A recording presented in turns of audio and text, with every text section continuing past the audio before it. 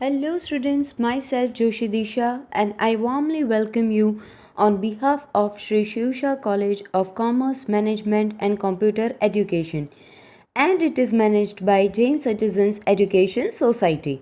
And yes, we are referring C. Jamna Das and Company. So today we are going to start new topic, that is elementary idea of main school of management thoughts and their managerial implications. In that we are going to study classical theory or approach. Okay, so let us start the topic. Classical means which is already accepted and traditionally long established before, but it is not static with respect to time bound limit. સો ક્લાસિકલનો મતલબ એટલે કે જેને પહેલેથી સ્વીકારી લેવામાં આવ્યું છે અને ટ્રેડિશનલી બહુ લાંબા ટાઈમથી એસ્ટાબ્લિશ્ડ છે, બહુ વર્ષો જૂનું. ક્લાસિકલ મીન્સ ઇન શોર્ટ કે બહુ વર્ષોથી સ્વીકારેલી વસ્તુ, બરાબર. That is classical theory. Correct. હવે આપણે સ્ટડી કરશું એના એલિમેન્ટ્સ. તો number 1 is integrated functions. So, management consists of planning, organizing, directing and controlling functions which are interrelated and interdependent. Integrated functions એટલે એકબીજા સાથે કનેક્ટેડ.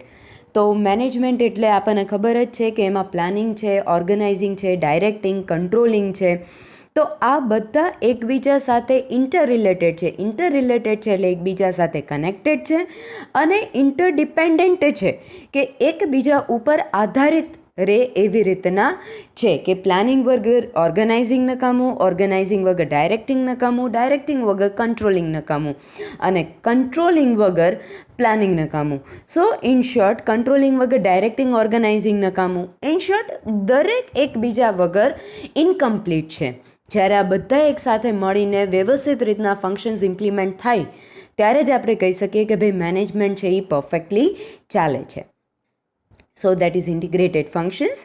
બીજો point છે that is principles. Classical approach mainly focus on organizational efficiency to increase the maximization of success ratio.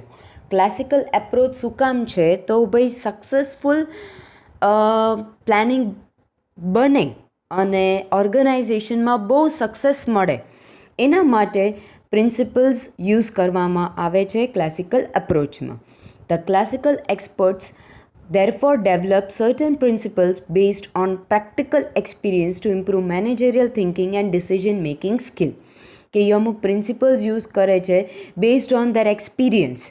Experts હોય એટલે ઘણી બધી વસ્તુનો એક્સપિરિયન્સ હોય, એના ઉપરથી એ લોકો પ્રિન્સિપલ્સ બનાવે અને એ પ્રિન્સિપલ્સ એ લોકો ઇમ્પ્લિમેન્ટ કરે છે અને એનાથી મેનેજરિયલ થિંકિંગ અને ડિસિઝન મેકિંગ સ્કિલ્સ છે એ ઇમ્પ્રૂવ કરે છે, બરાબર. તો પ્રિન્સિપલ્સ છે એ ક્લાસિકલ એપ્રોચમાં શેના માટે યુઝ થાય છે?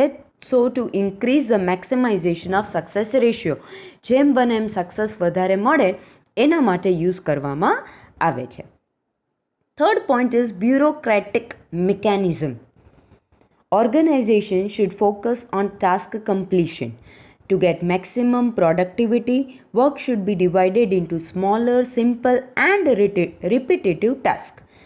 ઓર્ગેનાઇઝેશને શેના ઉપર ફોકસ કરવો જોઈએ? તો ભાઈ ટાસ્ક કમ્પ્લીશન ઉપર, કે જેને ટાસ્ક આપ્યો હોય એ કમ્પ્લીટ થાય, જેને ટાર્ગેટ આપ્યો હોય એ પૂરો થાય, પ્રોડક્ટિવિટી વધે એના ઉપર ધ્યાન દેવાનું છે. Work should be divided into smaller, simple and repetitive task. Work છે એ બધામાં ડિવાઇડેડ હોવું જોઈએ, સ્મોલર પ્રપોર્શનમાં, સિમ્પલી ડિવિઝન હોવું જોઈએ અને રિપીટેટિવ ટાસ્ક હોવા જોઈએ. રિપીટેટિવ ટાસ્કથી એ વસ્તુ થાય કે એકને એક વસ્તુ તમે આજે વારાઘડીએ કરો તે એમાં તમારું એક્સપર્ટાઇઝ આવી જાય, એટલા માટે રિપીટેટિવ ટાસ્ક આપવામાં આવે છે. The similar tasks should be grouped together to form departments with manager, HOD and under him limited number of subordinates are allocated. So the commanding authority must be one for subordinates.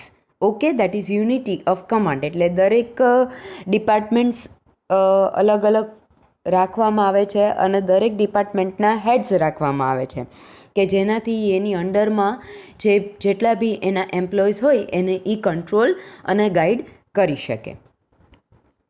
Correct. So that is bureaucratic mechanism. And દરેક ઇન્ડિવિડ્યુઅલને પોતાની duties અને authorities આપેલી છે અને દરેકને પોતાનું કામ ખબર છે, તો એ રીતના એ લોકો પરફેક્ટલી એમનો પોતાનો ટાસ્ક છે એ ઇમ્પ્લિમેન્ટ કરશે. Number 4th is appreciation and controlling structure. It is but natural that if you follow your rules and regulations, give your best results, then definitely you will receive appreciation and rewards. જો તમે perfectly rules અને regulations follow કરો, તમે તમારું best result આપો, તો તમને appreciation એટલે વખાણ બી તમારામાં કરવામાં આવશે અને તમને રિવોર્ડ્સ એટલે સામે મોનિટરી રિવોર્ડ્સ હોય કે કંઈ ભાઈ તમને થોડું ઇન્ક્રીમેન્ટ આપવામાં આવે કે પ્રમોશન આપવામાં આવે, એવું બી થઈ શકે. પણ આ વસ્તુ ક્યારે થાય કે જ્યારે તમે રૂલ્સ અને રેગ્યુલેશન્સ ફોલો કરતા હોય, તમારું બેસ્ટ રિઝલ્ટ તમે આપતા હોય, ત્યારે આ વસ્તુ જોવા મળે છે. This philosophy mainly focuses on optimum use of available resources. બરાબર, કે જેટલા રિસોર્સિસ છે આપણી પાસે, ઓબ્વિયસલી રિસોર્સિસ ઓલવેઝ લિમિટેડ જ હોય, તેને ઓપ્ટિમલી એટલે બેસ્ટ રીતના આપણે આપણા રિસોર્સિસને યુઝ કરવાના છે, એ આ ફિલોસોફીમાં મેઇનલી ફોકસ કરવામાં આવ્યું છે. હવે ક્લાસિકલ થિયરીમાં કઈ કઈ થિયરીઝ આવે છે, તો 3 થિયરીઝ આવે છે. That is bureaucracy, scientific management and administrative. બરાબર, તો today we are going to study bureaucracy theory. બરાબર, it is given by Max Weber. So let us start bureaucracy theory. Bureaucracy means a structure which includes division of work into smaller tasks with specialization. હવે bureaucracy એક structure છે. હવે એમાં કઈ કઈ વસ્તુ included છે, તો પહેલાં તો ડિવિઝન ઓફ વર્ક છે, કે જેટલું કામ છે એ બધું બધાના પ્રપોર્શનમાં ઇક્વલી ડિસ્ટ્રીબ્યુટ કરવામાં આવે છે અને સ્પેશિયલાઇઝેશન સાથે દેવામાં આવે છે. મીન્સ જેને જે કામ આવડે છે એ કામ એને સોંપવામાં આવે છે. Another is formal mechanism of rules and regulations, કે પ્રોપર રીતના રૂલ્સ અને રેગ્યુલેશન્સનું ફોલોઅપ થવું જોઈએ, કે રૂલ્સ અને રેગ્યુલેશન્સ ક્યાંય બ્રેક થવા જોઈએ નહીં. દેન ડિપાર્ટમેન્ટેશન ઓન ફંક્શનલ બેઝિસ, અલગ અલગ ડિપાર્ટમેન્ટ્સ રાખેલા છે, કે ભાઈ પ્રોડક્શનનો અલગ, માર્કેટિંગનો અલગ, ફાઇનાન્સનો અલગ, હ્યુમન રિસોર્સનો અલગ. તો એવી રીતના બધા અલગ અલગ ડિપાર્ટમેન્ટ્સ છે અને એ રીતના એ લોકોનું વર્કિંગ થતું હોય છે. દેન સેન્ટ્રલાઇઝ્ડ ઓથોરિટી, એટલે એક જ વ્યક્તિ છે અને એ દરેકને કમાન્ડ્સ આપે છે. દેન લિમિટેડ સ્પેન ઓફ કંટ્રોલ, કે એક જ લીડર છે તમારે અને એ જે રીતના તમને ગાઈડ કરે એ રીતના તમારે એને ફોલો કરવાનું છે અને એ જે રીતના તમને ઇન્સ્ટ્રક્શન્સ આપે એ તમારે ફોલો કરવાના છે. Then clear decision making as per commanding channel. 3 levels છે મેનેજમેન્ટમાં, દેટ ઇઝ ટોપ, મિડલ અને બોટમ. બરાબર, ટોપ છે એ હેડ છે, એ મિડલને કહે છે અને મિડલ છે એ બોટમ લેવલને કહે છે. તો એક ક્લિયર ડિસિઝન મેકિંગ છે, એક ક્લિયર વસ્તુ છે કે ભાઈ મારા અલ્ટિમેટ હેડ કોણ છે અને મારે કોને ફોલો કરવાના છે, મને એ જે રીતના ગાઈડ કરે એ રીતના જ મારે કરવાનું છે, એ જે મને ઇન્સ્ટ્રક્શન્સ આપે એ જ મારે ફોલો કરવાના છે. બરાબર, તો એક ક્લિયર કમાન્ડિંગ ચેનલ ખબર છે કે ભાઈ સૌથી પહેલાં ટોપ મેનેજમેન્ટ છે, એના પછી મિડલ લેવલ છે અને છેલ્લે લોઅર લેવલ છે, that is bottom level. Okay, this approach has been developed by Max Weber, German sociologist હતા Max Weber, and presented in the theory of social and economic organization around 1920. This theory filled up the scientific gap of Taylor's approach with the development of industrial engineering. Okay, હવે આપણે study કરશું that is characteristics of bureaucracy. Characteristics કયા કયા છે, તો number 1 division of work and specialisation. Already આપણે ભણી ચૂક્યા છીએ કે પ્રોપર ડિવિઝન ઓફ વર્ક થાય છે, કે જેટલું વર્ક છે એ ઇક્વલી સ્મોલર પ્રપોર્શનમાં સિમ્પલ રીતના અને રિપીટેટિવ ટાસ્ક વિથ સ્પેશિયલાઇઝેશન સાથે દેવામાં આવે છે, કે તમે એકનું એક વર્ક તમે વારાઘડીએ કરો તો એનાથી તમને એ વર્કમાં એક્સપર્ટાઇઝ આવી જાય, એટલા માટે એ વસ્તુ કરવામાં આવે છે. Another is hierarchical chain. It is ranking system from top to bottom of an organization as per position. જેમ મેં હમણાં કીધું એમ કે 3 લેવલ્સ છે, that is top, middle and bottom. તો આ એની હિરાર્કલ ચેઇન છે. સૌથી પહેલાં ટોપ લેવલ આવે, પછી મિડલ લેવલ આવે અને પછી બોટમ લેવલ આવે, right. So that is hierarchical change. There must be supervision on every department and lower office for proper controlling. દરેક ડિપાર્ટમેન્ટમાં સુપરવિઝન હોવું જોઈએ અને પ્રોપર કંટ્રોલિંગ હોવું જોઈએ. No any department should be left without supervision and controlling. કોઈ એક department બી supervision અને કંટ્રોલિંગ વગર રહેવો જોઈએ નહીં. Third one is complex mechanism. In organization, there must be a complex mechanism of rules, regulations and procedures for controlling behavior of the employees.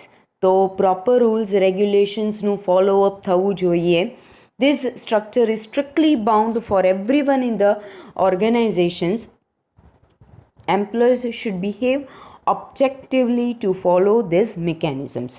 સો દરેક માટે રૂલ્સ રેગ્યુલેશન્સ છે એ સ્ટ્રિક્ટલી ફોલો થવા જ જોઈએ. કોઈના માટે બાંધછોડ નથી. દરેકે વ્યવસ્થિત રીતના રૂલ્સ અને રેગ્યુલેશન્સ ફોલો કરવાના છે. Fourth point is record. There must be efficient record keeping for every task performed by everyone. This can be useful in future for reference. દરેક જે વસ્તુ કરે છે, ટાસ્ક પરફોર્મ કરે છે એનું પ્રોપર રેકોર્ડ કીપિંગ રાખવાનું છે કે જેનાથી ફ્યુચરમાં ગમે ત્યારે કોઈ પણ વસ્તુની જાણકારી જોતી હોય તો આપણી પાસે રેકોર્ડ હોય તો એ ઇઝીલી અવેલેબલ થઈ જાય. Then number 5 is interpersonal relationship. In organization, all are equal in terms of rules and treatments. There is no space for emotions and favorism. In decision making, manager should be rational. So organisation માટે બધા equal છે in terms of rules અને treatment. કે દરેક જે કોઈના માટે એવું નથી કે ભાઈ તારે આ વસ્તુ તું નહીં કરતો ચાલશે. દરેકે વ્યવસ્થિત રીતના રૂલ્સ અને રેગ્યુલેશન્સ છે એ ફોલો કરવાના છે. ક્યાંય ઇમોશન્સની કે કોઈ પણ ફેવરેટિઝમની જગ્યા નથી કે ભાઈ આ મારી વ્યક્તિ મારી ફેવરેટ છે તો હું એને આટલું રાખીશ કે ભાઈ તું આટલી વસ્તુ નહીં કરતો ચાલશે. તો નહીં, એવું નથી. કોઈ ફેવરેટ નથી, કોઈ ઇમોશનલ જગ્યા નથી. દરેકે દરેક વસ્તુ કરવાની જ છે according to rules and regulations. So decision making છે એ રેશનલ છે કે ક્યાંય આપણે એમ કહીએ કે લાગવગ કે એવું ક્યાંય થતું નથી. દેન નંબર 6 ઇઝ એડમિનિસ્ટ્રેશન. તો bureaucrats are administrative people for coordination selected based on skill and competency. Their criteria is based on merits, qualification, knowledge and experience and receive a special training for their jobs. They are salarized people with regular increments as per age or experience and pension at the time of retirements. As per seniority and evaluation, promotion is being awarded. So administration જે bureaucrats છે એ એના skill અને કોમ્પિટન્સીના based પર જ લેવામાં આવે છે. Proper એની પાસે ક્વોલિફિકેશન હોય, નોલેજ હોય, એક્સપિરિયન્સ હોય અને સ્પેશિયલ ટ્રેનિંગ લીધા પછી જ એ લોકોને એવી રીતના સિલેક્ટ કરવામાં આવે છે. અને સેલરાઇડ પીપલ હોય છે. કોઈ પણ સારી વસ્તુને એવું કરે તો એ લોકોને ઇન્ક્રીમેન્ટ્સને એવું મળે છે. ઘણીવાર સિનિયોરિટીના બેઝિસ પર બી ઇન્ક્રીમેન્ટ મળતું હોય, ઘણીવાર એક્સપિરિયન્સના બેઝિસ ઉપર ઇન્ક્રીમેન્ટ મળતું હોય, પેન્શન મળે છે રિટાયરમેન્ટના ટાઈમે અને as per seniority and evaluation એ લોકોને પ્રમોશન્સ બી દેવામાં આવે છે. કરેક્ટ. હવે આપણે સ્ટડી કરશું બ્યુરોક્રેસીના મેરિટ્સ મીન્સ એડવાન્ટેજીસ. બરાબર. તો first one is benefits of specialization. So in bureaucracy, work is divided into different functional departments in organization. Employee can be specialized in this particular field and give the best performance. In short, જેને જે આવડે છે એ જ વસ્તુ એને દેવામાં આવે છે. રિપીટેટિવ ટાસ્ક કરવાથી એનામાં એ સ્પેશિયલાઇઝેશન આવી જાય છે. એ વસ્તુનું એક્સપર્ટિઝમ એનામાં આવી જાય છે. તો એ એક બહુ મોટો બેનિફિટ છે. Another point is, number 2 is rationality. In bureaucracy, decision making is based on objective criteria. In addition, bureaucracy brings clear-cut authorities and reporting relationship with a hierarchical change of command. So ક્યાંય કોઈ પણ લાગવગ છે નહીં, દરેકની પોતાની authorities અને responsibilities ખબર જ છે, કોને કોણ પોતાનું હેડ છે એને નોલેજ છે જ, અને હિરારિકલ ચેન્જ ઓફ કમાન્ડ છે કે ટોપ, મિડલ ને બોટમ, તો એ બી દરેક વ્યક્તિને ઓર્ગેનાઇઝેશનમાં એ વસ્તુનો ખ્યાલ જ છે. Third point is accurate predictions and sustainability. The structural aspects of bureaucracy, that is rules, regulations, procedures, specialization, etc., provides good predictions and sustainability to the organization. For example, a student knows about his duration of degree, syllabus, university rules and regulations. Accordingly, he will govern his way of work. તો દરેકને પોતાનું કામ ખબર છે, rules, regulations, procedures, કઈ વસ્તુ કેવી રીતના ક્યારે કરવાની છે, એ બધી વસ્તુનું બધાને પોતાનું નોલેજ છે, તો બધા એ અકોર્ડિંગ જ ચાલે છે. એટલે એક વ્યવસ્થિત રીતના વર્કિંગ છે એ ઓર્ગેનાઇઝેશનનું ચાલે છે. Then number 4th is democratic structure in bureaucracy. So democratic સ્ટ્રક્ચરમાં છે decisions are based on rational approach with set policy and standards, કે જે પોલિસી એન્ડ સ્ટાન્ડર્ડ્સ ઓર્ગેનાઇઝેશને નક્કી કર્યા છે એ દરેક વ્યક્તિ ફોલો કરે જ છે, તો that is good point. Strict adherence of rules and regulations brings consistency in the working of organization. વ્યવસ્થિત રીતના બધા રૂલ્સ અને રેગ્યુલેશન્સ ફોલો કરતા હોય તો એક ડિસિપ્લિન્ડ એટમોસ્ફિયર રહે અને દરેકનું કામ છે એ ટાઈમ ટુ ટાઈમ કમ્પ્લીટ થઈ જાય, તો that is also good point. Then work priorities are based on time schedule. Work priorities છે કે ભાઈ અમુક ડ્યુરેશનમાં અમુક વર્ક છે એ કમ્પ્લીટ થઈ જવું જોઈએ. Then selection is based on knowledge, degree, experience, skill and merits. જે બી વ્યક્તિને લેવામાં આવે છે, એડમિનિસ્ટ્રેટિવ સ્ટાફ હોય કે વોટેવર, એ બધાને નોલેજના બેઝિસ ઉપર, ડિગ્રી હોય, એક્સપિરિયન્સ હોય, સ્કિલ હોય, એના ઘણા બધા મેરિટ્સ હોય, એના ઉપર જ સિલેક્શન કરવામાં આવે છે. કોઈ જેમ તેમ મીન્સ રેન્ડમલી કોઈ વ્યક્તિને ઓર્ગેનાઇઝેશનમાં લઈ લેવામાં આવતું નથી. Biased approach, favouritism etcetera would be totally અવોઇડેડ.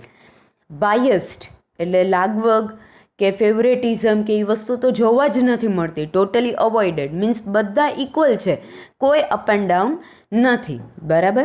તો in addition with this employees are given their interested profiles, training and high degree of advancements. This provides enough democracy for everyone working in organisation. આ ઉપરાંત એમને જે એમ્પ્લોઈઝને interest છે વસ્તુમાં, જે કામ એમને વ્યવસ્થિત આવડે છે, જે કામ એમને ગમે છે, એ જ વસ્તુ એમને દેવામાં આવે છે, એનાથી વર્કિંગ એફિશિયન્સી વધારે વધે છે અને લોકોને કામ કરવાની બહુ મજા આવે છે. Now we are going to study demerits. તો following are some of the drawbacks of bureaucracy. ત્યાર સુધી આપણે એડવાન્ટેજીસ જોયા, હવે આપણે જોઈશું ડિસએડવાન્ટેજીસ. તો પહેલો છે rigid approach. Many experts believe that bureaucracy brings rigidity and static structure. The strict follow-up of rules and regulations makes structure a mechanical structure, and people feel stressed in their respective duties.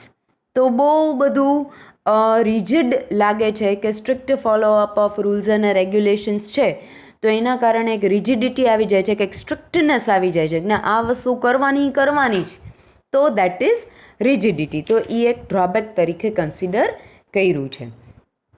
Second point is no room for human feelings. As from above point, bureaucracy develops mechanical way of performing the job. Rules and regulations take space of human needs and emotions. Therefore, it is termed as organization without persons. Strictly rules અને regulations follow કરવાના છે, ક્યાંય તમારા કોઈ emotions કે એ ધ્યાનમાં લેવાનું નથી, ક્યાંય તમારા હ્યુમન નીડ્સને ધ્યાનમાં લેવાતી નથી, બસ rules and regulations perfectly follow થવા જોઈએ. તો એવું કીધું છે કે એટલા માટે થઈને એવું કહી શકીએ કે હ્યુમન ફિલિંગ્સની કોઈ જગ્યા નથી, પણ strictly rules and regulations follow થવા જોઈએ. Then third point is box of boundary. The adherence of stricter rules and regulations fix the people in their respective job, though they are capable of doing some other work.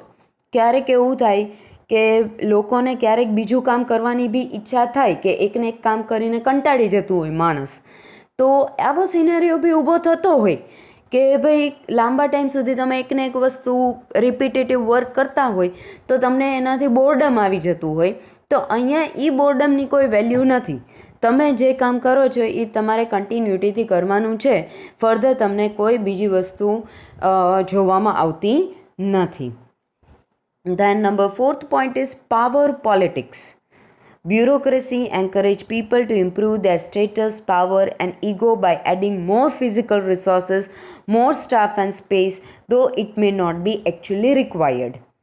ક્યારેક એવું થાય છે કે બ્યુરોક્રેસીમાં people anchorage કરવામાં આવે છે to improve the statuses on all, અને ક્યારેક લોકોને એડિશનલી એ લોકો રિક્રુટ કરી લે છે જ્યારે એ લોકોની જરૂર બી હોતી નથી, પણ એક કોમ્પિટિશન ક્રિએટ કરવા માટે કે એક સ્ટેટસ ક્રિએટ કરવા માટે એ લોકો વધારે લોકોને ઓર્ગેનાઇઝેશનમાં રિક્રુટ કરતા હોય છે. તો that is kind of power politics.